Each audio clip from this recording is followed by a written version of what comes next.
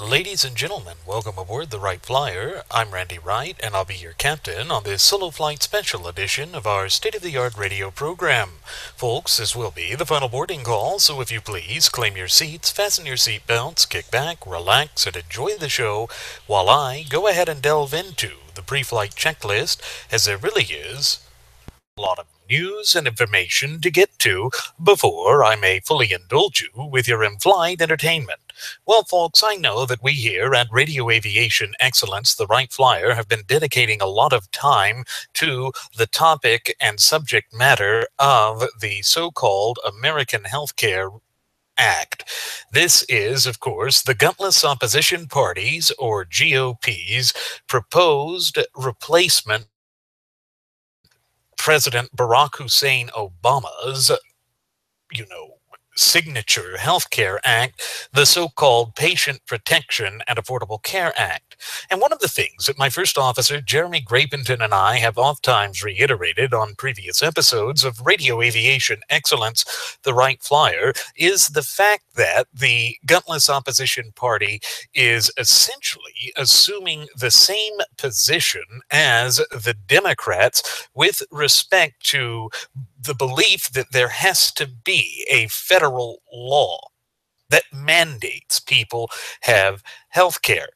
Now, of course, they're trying to play the dark and twisted game of semantics that we've been warning you about since the airing of our premiere episode back on September 11th of 2015, in that they're trying to say that it's not a mandate, but it's still going to have a requirement that if you seek to get the health insurance, that if you cannot prove that you had health insurance during a pre-prescribed period of time, then the insurance companies are going to be able to charge you at a higher rate than they would otherwise. And that in and of itself is a type of penalization or penalty that has been put in place by an overbearing federal government. All of this is out of step with the intent that our founding fathers had for this nation, dating back to its inception over 2 centuries ago. That's just one of those self-evident truths that we cannot escape, folks, and it shows no signs of improving within the foreseeable future. That said, there is a great division that has basically come to the surface or risen to the surface in response to the detente wing of the Gutless Opposition Party, the so-called establishment or leadership of the Republican Party pushing this unpopular bill. It's something that we cannot ignore. It's something that has been reaching fever pitch, particularly when you recall that the 45th president of these United States of America, Donald J. Trump himself, went to the Twitter sphere to threaten to support primary rivals of those principled conservative politicians who were willing to stand up to this healthcare reform act, if it can even be called healthcare reform. And again, he did so, creating a false dilemma.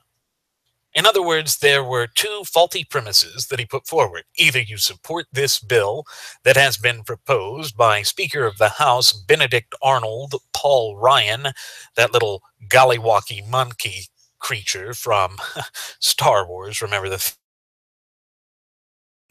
at the side of Jabba the Hutt, or you are in favor of Obamacare, as if those are the two absolute positions, the only positions that can be assumed. And the other thing that I know that I've mentioned on previous episodes of Radio Aviation Excellence, the Wright Flyer, is the fact that he is operating in such a fashion as to make it appear as though he is basically saying that these people work for him, that our congressmen and our senators are employed by the president, when in fact nothing could be further from the truth. It is we, the people, in our capacity as the true ultimate wielders of popular sovereignty in this once thriving and flourishing representative republic of ours, who are their true employees. You know, folks, that represents one of the greater overarching problems that we have been encountering in America for far too long now. There is this belief that the upper echelons of our federal government, the ruling elites, those who currently wield the reins of political power, are somehow separate and apart from the American people.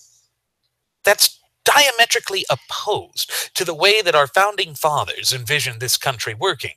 We are a nation of the people, for the people, but above all, by the people.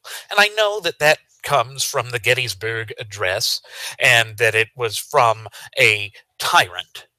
But what he was trying to do there was to basically, in as few words as possible, surmise what it is that the United States stands for and represents, even though he himself, he being Abraham Lincoln, didn't stand for it.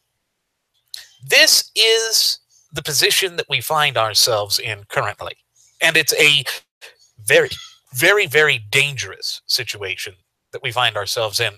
Essentially, we have these politicians gallivanting around, making all sorts of promises during the campaign season, but they never, ever deliver on their promises. And again, folks, it comes down to this notion of the erosion of the national heritage, character, spirit, but above all, identity of the United States, both as a nation and people. It's just one of those things that simply cannot be ignored. And unless and until we are willing to come forth and stand shoulder to shoulder in solidarity and unity and put our collective foot down and say enough is enough with this, these problems are only going to with time. They're going to grow worse with each passing day. It's, again, one of those things that we can ill afford to ignore. But given the current political environment in these United States of America, it is exceedingly difficult to basically admit that we've got this problem. Nobody wants to admit that their nation is in the midst of an identity crisis.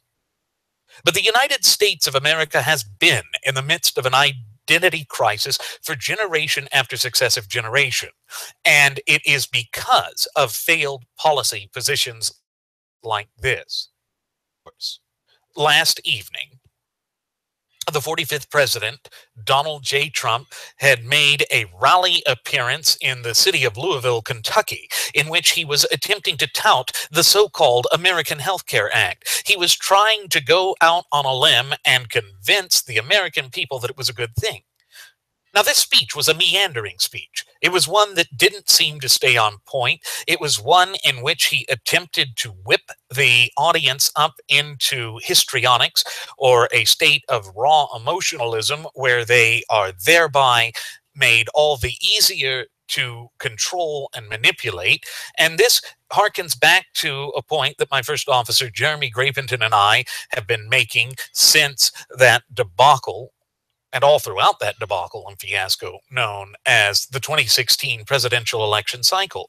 We can simply ill afford to allow ourselves to be pushed into histrionics, to be whipped up into a state of raw emotional frenzy where we shut down our mental faculties and capabilities. And I say this because it works against us each and every time. It is designed to placate us. It is designed, above all, to bamboozle us and to make us forget that most overarching self-evident truth that we, the people, in our capacity as United States citizens, are the ultimate wielders of popular sovereignty. And it's unfortunate that we find ourselves in this position. It's truly unfortunate that we find ourselves in this position because it weakens us in the long run. It essentially allows these politicians to go forth and continue spinning their propagandist narrative and agenda, and it lends credence to the frothing at the mouth Fabian socialist leftists who have incessantly and diligently and meticulously throughout the course of the past 150 plus years been working to undermine the societal fabric of these United States of America. And again, Part of the problem is that we are not standing up to them.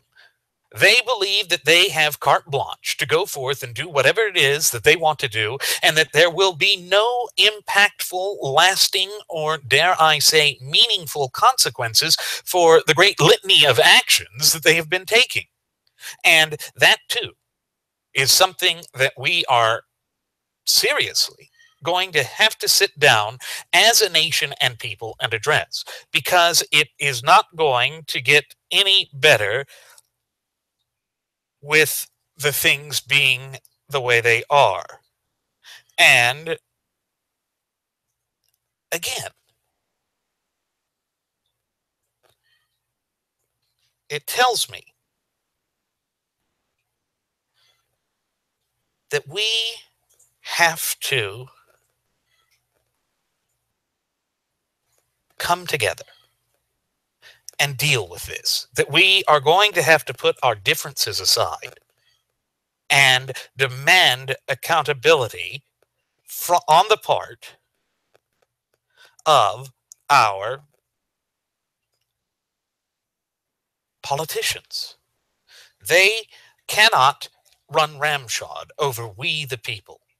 And yes, while there has been talk about proposed changes to the so-called American Health Care Act, the fact of the matter is, it doesn't matter how much lipstick you put on this pig, it is still going to be a pig. It is still going to be an unpopular thing. And that is because the American people have essentially had no input on this.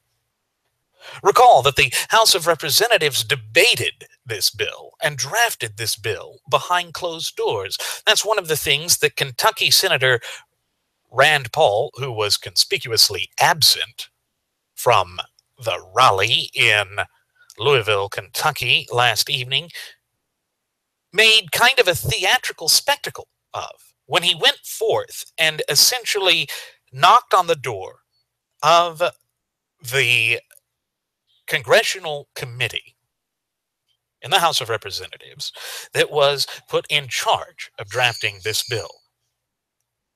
And he wanted to know where the bill was. And they said that they assured him that there was no such bill. They assured him that nothing was being worked in secret, kind of like the TPP and some of those other bills which go against the hopes, dreams, and future aspirations of the American people, had also been debated behind closed doors. Now, we are a constitutional republic. That means we have representatives. That means that they, by and large, should not be engaging in the legislative act in sheer, unadulterated secrecy. That tells us, beyond a shadow of the doubt, that what they are attempting to do is hide something from us, that they are essentially going forth and trying to pull the political wool over our eyes. Now, folks, that is an intellectually disingenuous position. It is a position that weakens us, by and large, and is something that no one in their right mind should tolerate. But here we are. We are facing that. We are seeing that our elected leaders are too cowardly to come forth and tell the American people exactly what it is that they are doing. And you see, one of the things that Trump has done that has undermined any ability to basically make this thing affordable and practicable and realistic is that he says we've got to cover everybody. Again, he falls back onto that hybrid type system, similar to the one that he has with respect to that massive trillion-dollar stimulus infrastructure spending package that he also hyped during that address in Louisville last evening. And so, again, it is a massive boondoggle. It is something that is exponentially increasing the breadth, power, and scope of the federal government. And whenever that happens, you can rest assured that it is occurring against the best interests of we the people. And again, that is just unfortunate. It is something that works against us each and every time.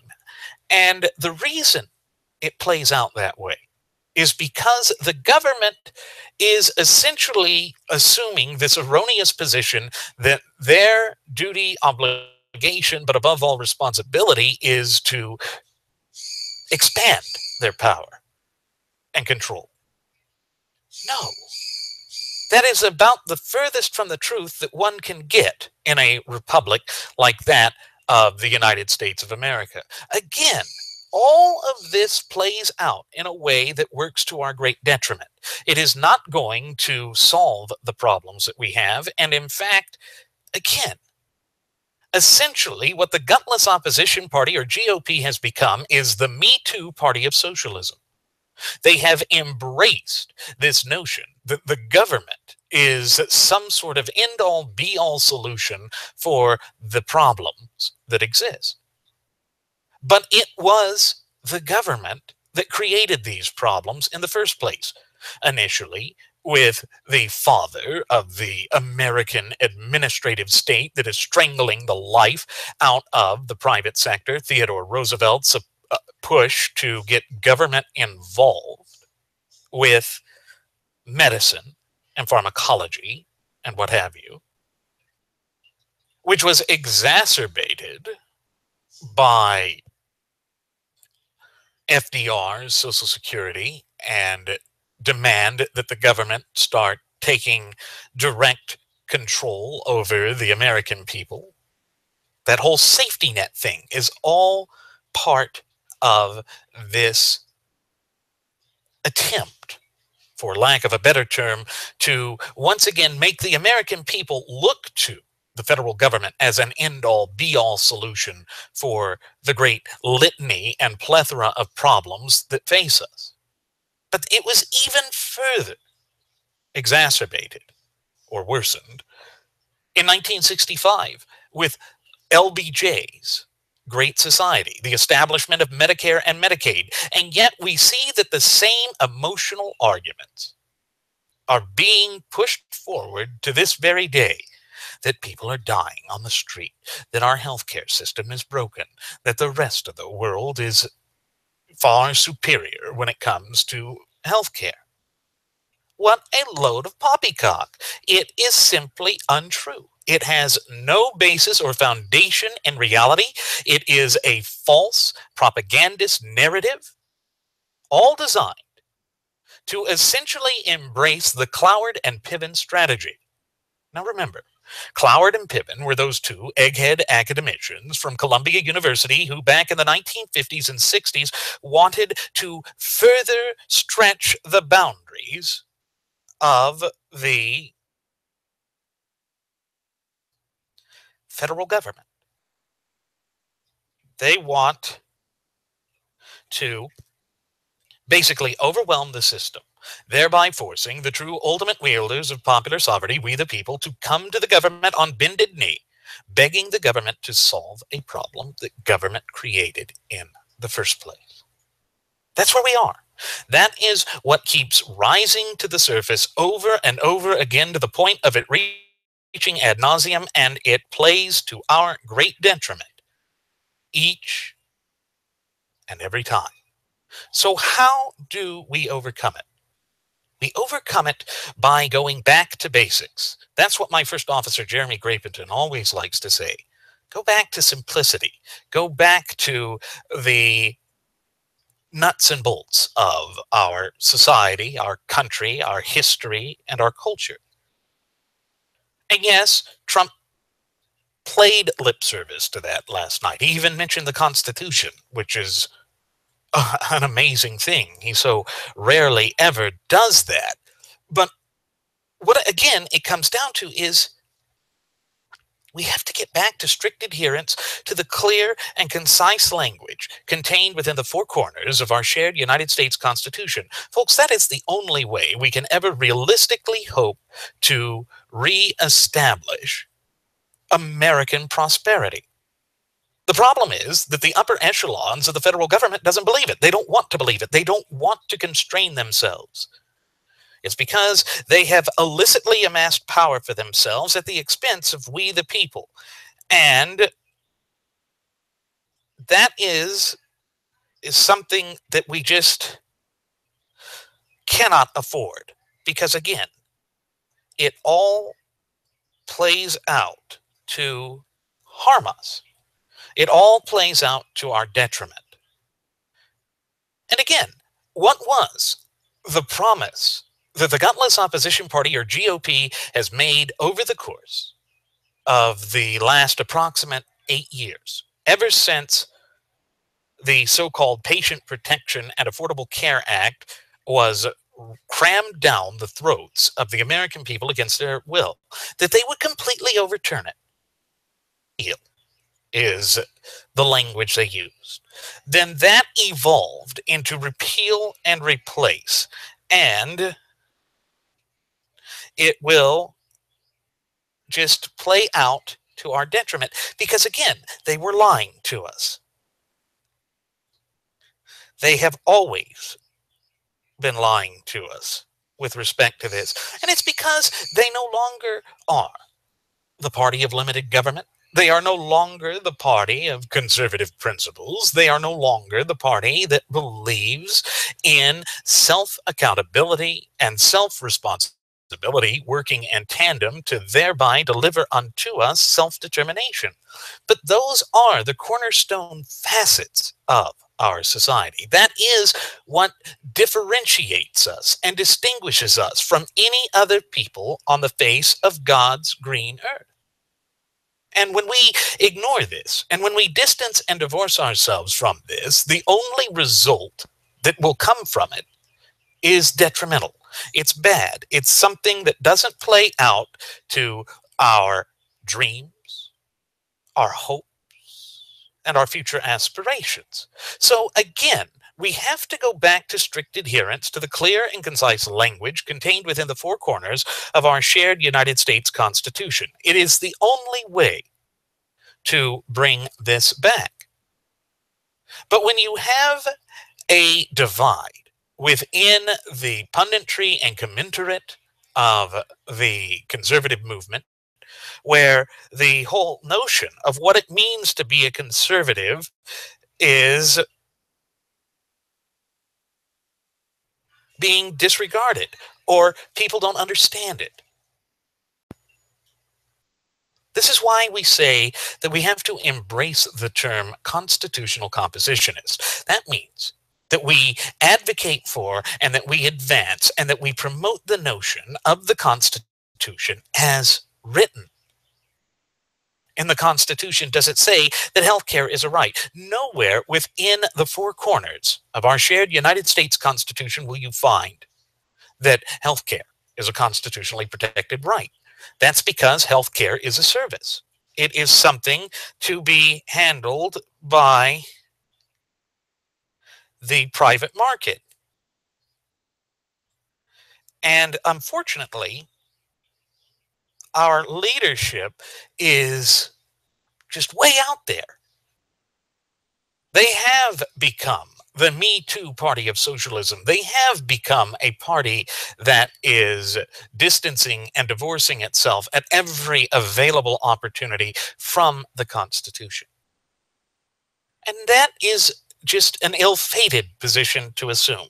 That is something that is going to weaken us in the long haul. And of course, this is part of the reason why a huge swath of the American electorate has become disenfranchised and just disenchanted with the American system of polity. They believe that these politicians will just go out in front of the rank and file of the graduates of Pavlov's School of Journalism for the salivating mainstream media and say anything. But they don't mean it. They don't follow through on it. They don't live up to the great litany of things that they have been promising, and that is part of the problem. It means that we don't place any trust within our system of polity.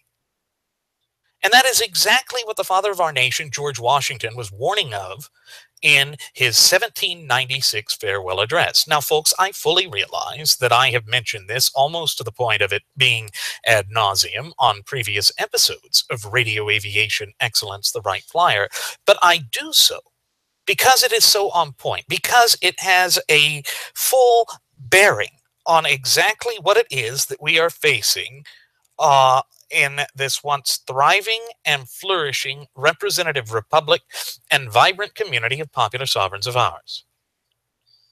And you see, when we allow ourselves to divide ourselves into disparate and competing factions, it divides us and it hurts us.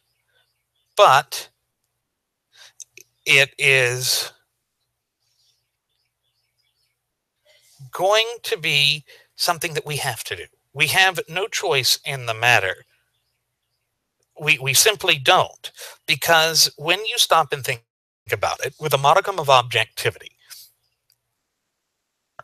divided, hopelessly divided. And when we are so divided, it allows these nefarious forces to operate in such a fashion as to weaken us, as to distract us. The distraction here is not the fact that Donald Trump is attempting to foist Obamacare light down our throats. That is the real crux of the problem. That is something that Jeremy and I, and even our first Air Marshal, Mr. Nelson Ward, have been attempting to warn people about over the course of this past year and 9 months, almost 10 months now. And the problem is, we have started to believe lies because A, we either fear that they are true, or B, we want them to be true. We all want American prosperity to be restored. And what people basically associated with that was this whole notion of, well, he's saying make America great again. But as we have stated on previous episodes of Radio Aviation Excellence, the Wright Flyer, the problem that we have with that hollow, shallow, and ultimately meaningless platitude is first that it presupposes that the United States ever once ceased being great. We haven't ceased being great. We still have the Constitution. We are still the same people that we have been for 240 some odd years. The problem is our government is not the same. Our government is operating on a different sphere, for lack of a better term. Therefore, what they are doing is they are attempting to basically force us into a trap. And that trap is one in which the government will be the end-all, be-all solution for the cornucopia of problems that we face both as a nation and people. Yet nothing, and I mean absolutely nothing, could be further from the truth. Because the government cannot solve these problems. The government does not have the capability or the authority or the wherewithal to do that. And therefore, it leads us down a path to where tyranny and despotism can begin to take root in this once thriving and flourishing representative republic and vibrant community of popular sovereigns of ours. Now, folks, I wish that I had words of comfort and solace to convey as I sit here speaking into this microphone, conveying this message unto you, our cherished listening passengers and audience members, but no such words of comfort or solace come to the surface. They don't come to the surface because we have the detente wing of the gutless opposition party going forth and lying to the American people repeatedly and incessantly. And when that happens, it literally, again, means that those of us who bought into the narrative those of us who continue to buy into this nonsensical drivel of voting for the lesser of two evils in election cycle after election cycle have been duped and bamboozled once again. And I'm not saying that as a personal attack. I'm not saying that as a form of besmirchment. But is this what you thought you were getting when you cast your ballot back in November? Is this what you thought the ultimate conclusion of this scenario would be? Is this what you thought the Republicans meant when, throughout the course of the approximate past 8 years, they kept saying repeal, repeal, repeal? And they kept touting the fact that they had brought all of these bills up that were either discarded by then Senate Majority Leader Harry Reid or were vetoed by Obama? Why did they not revive those bills? You know, it could have been done with the snap of a finger. It could have been done just like that because they already had the framework in place. They had already gone forth with an idea to strip and overturn this bill. It is an act of political cowardice, folks. We are essentially led by a gaggle of poltroons. They're either afraid of the graduates of Pavlov's School of Journalism for the salivating mainstream media, or they are afraid of Donald Trump heading to Twitter sphere and attacking them and unleashing a torrent of bad public sentiment against them. And they also have their eyes on that looming midterm election of 2018. You see, part of the reason why the Senate, before the ratification of the 17th Amendment, was designed to not be something that was subjected to a popular vote, was to avoid the phenomenon that we've had ever since the ratification of that amendment, which is a state of perpetual campaigning.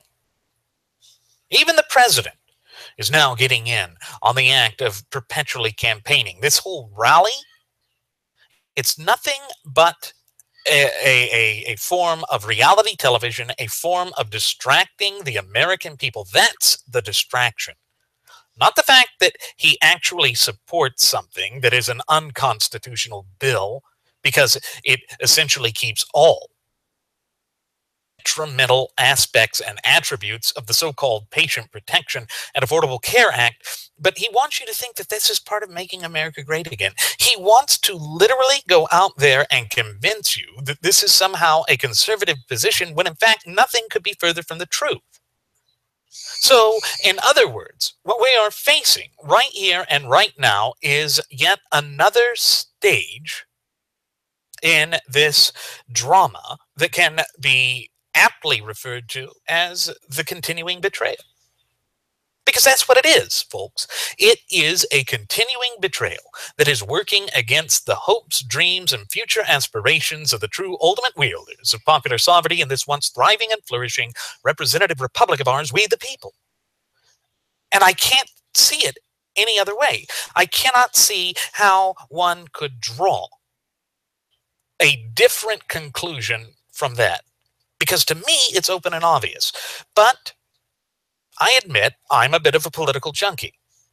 And I must remember and recall what that great visionary Zygmunt Daum said in his magnum opus of Keynes at Harvard back in the 1950s and 60s, that the frothing at the mouth Fabian socialist leftists would work in such a way as to overburden the American people with draconian regulations and overzealous regulations that would make it so difficult for them to even be able to carve out the standard of living and quality of life that they had grown accustomed to, that they don't have the energy and the time to devote to proactively maintaining and safeguarding their fundamental and inalienable God-given rights.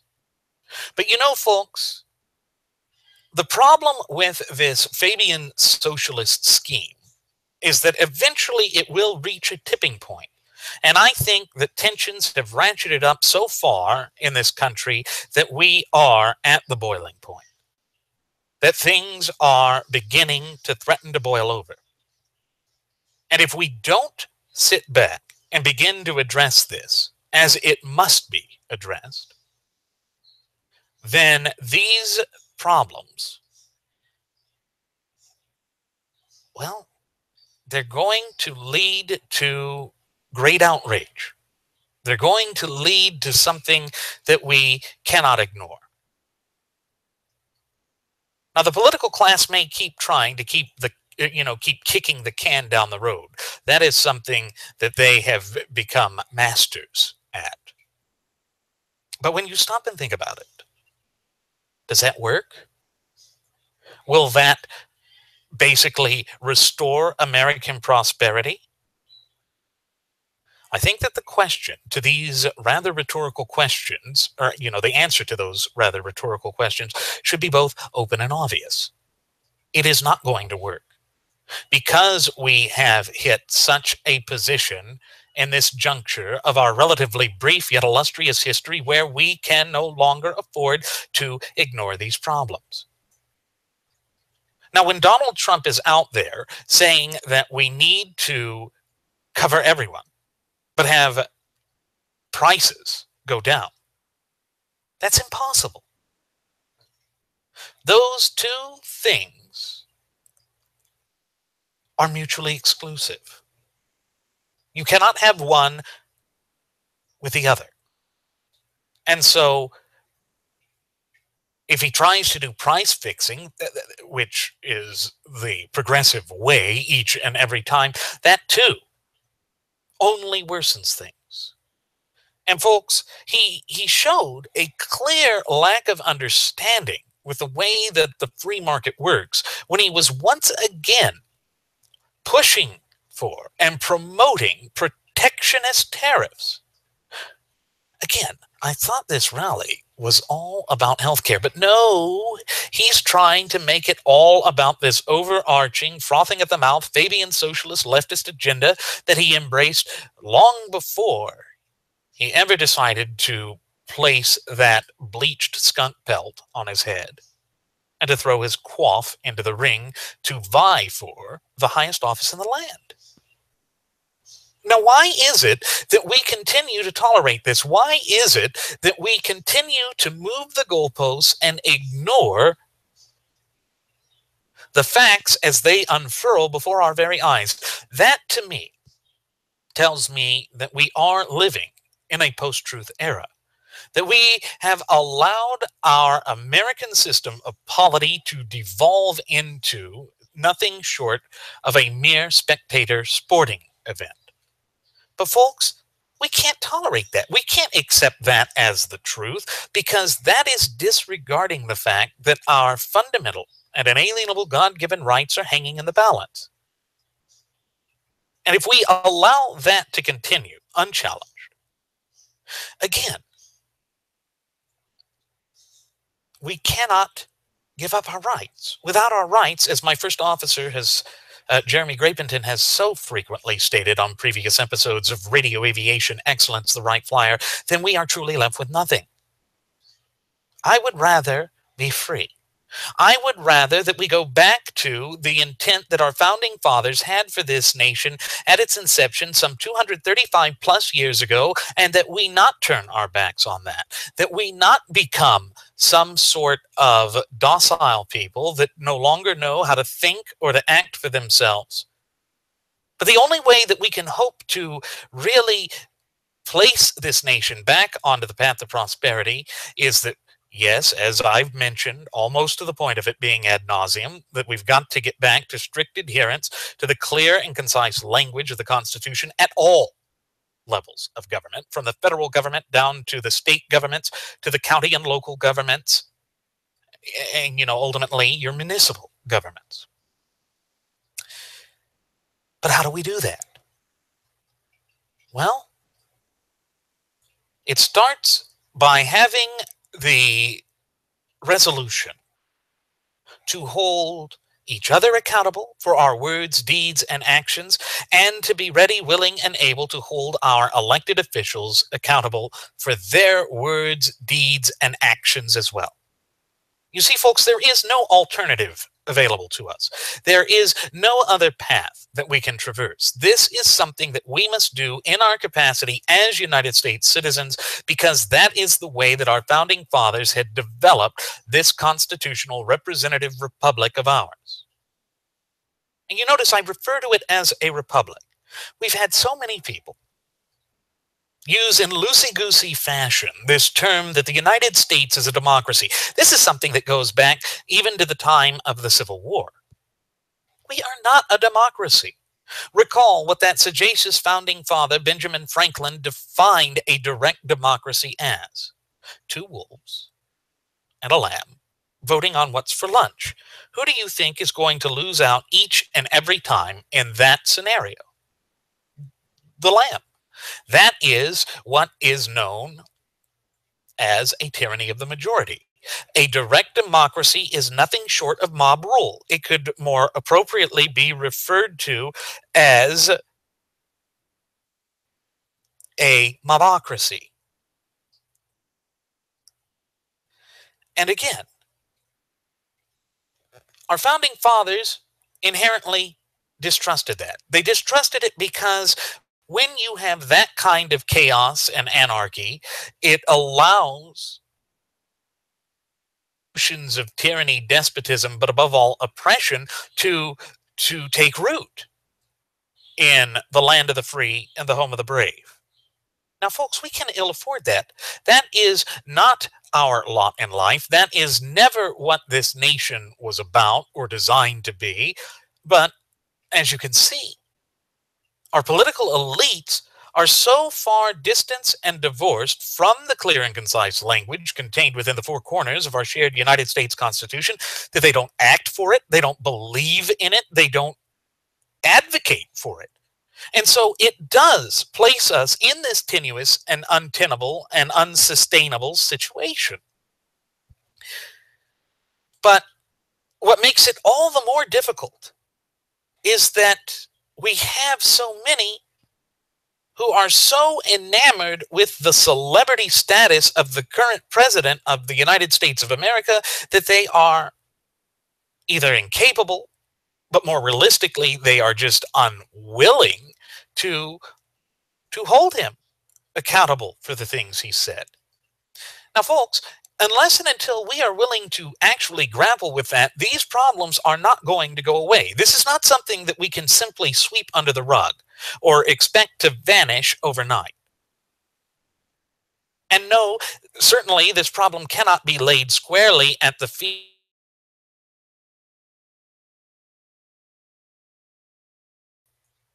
alone. I seem to see that it skipped here, so I'm going to repeat that last part. Sorry, folks, the internet connection is less than reliable here. Basically, what I was saying is that Trump cannot be squarely blamed for this, and neither can the gutless opposition party alone. They are certainly major contributing factors to it, but we, in our capacity as United States citizens, have to take some of the blame as well. It's because we refuse to do our duty and obligation, as well as responsibility, as laid out in the preamble to the Constitution. For you see that our founding fathers said that we established the Constitution and our Republican form of government for the purpose of, or at least one of the purposes of, securing the blessings of liberty to ourselves and to our posterity. Meaning to those up-and-coming generations, and indeed those generations which have yet to be born. But it means also that we have to be willing to vet our candidates when they begin to vie for their respective elected offices. And part of that vetting procedure means that we use the only litmus test that matters.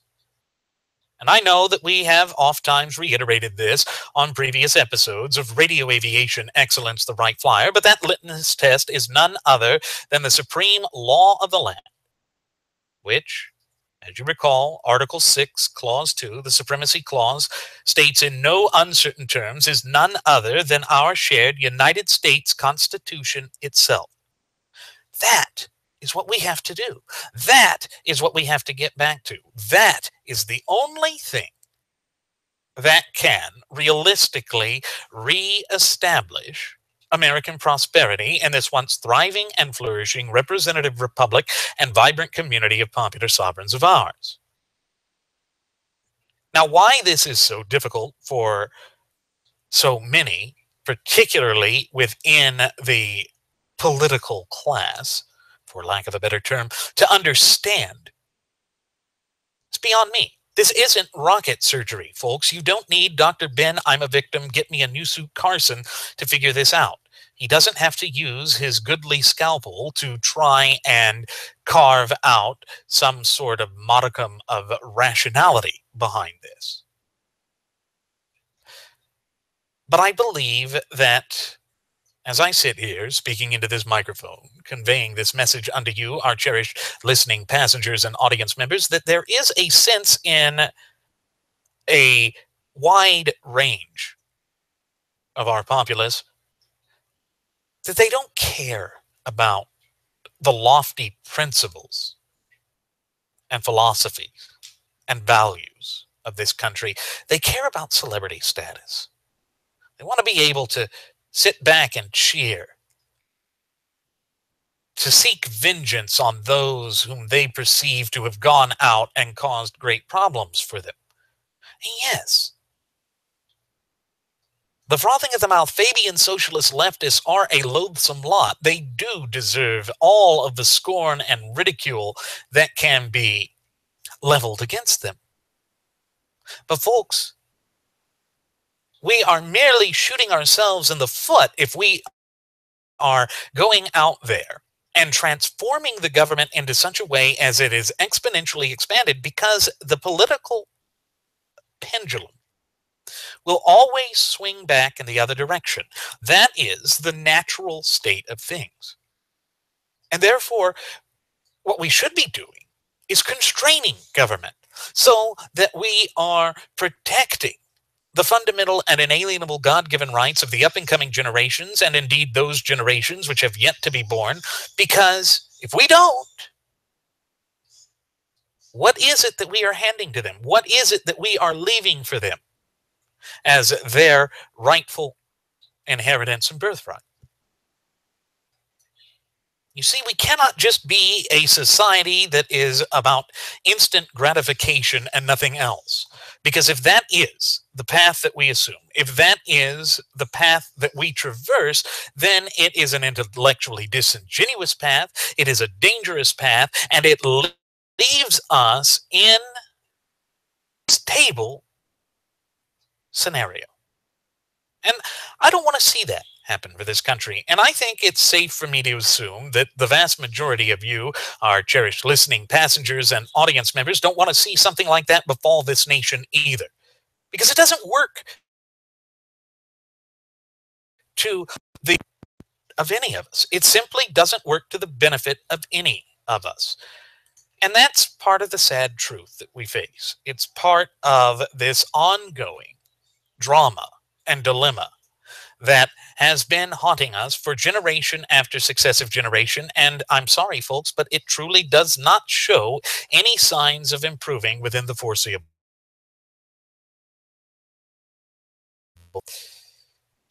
But that does not mean that it cannot be overcome. That does not mean that we cannot turn things around. Yet the only way that we can actually begin to turn these things around is to become accountable ourselves and to hold our elected leaders and officials to the same standard that we hold ourselves.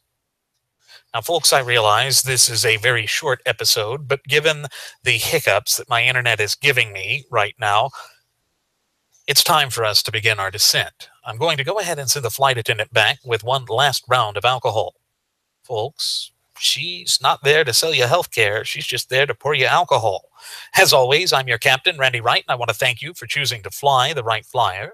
Should you have any questions, comments, concerns, or even topic suggestions, please feel free to leave them either in the comment section here on our YouTube page or on our Google Plus page or even on our Facebook page. And on top of that, I invite you to follow us on Twitter with the Twitter handle at Radio Aviation EX. One more time, folks, that's at Radio Aviation EX. And there you will find the departure board that lists my personal Twitter account, as well as the personal Twitter account of my first officer, Jeremy Grapington. You will find the Blogspot account that is just chock full of useful information. And you will also find, both in the description section of today's solo flight and in the departure board itself, the Cafe Press account.